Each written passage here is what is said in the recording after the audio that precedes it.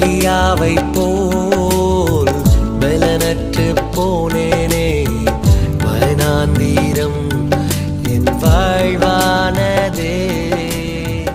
எலியாவை போல் தீயையும் தண்ணீரையும் கடந்து வந்தோம், செழிப்பான இடத்தில் எங்களை கொண்டு வந்து விட்டீர். சங்கீதம் 66:12.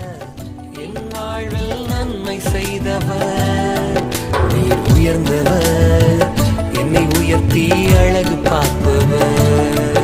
நீர் நல்லவர், என் வாழ்வில் நன்மை செய்தவர், நீர் உயர்ந்தவர், என்னை உயர்த்தி அழகு பார்ப்பவர்.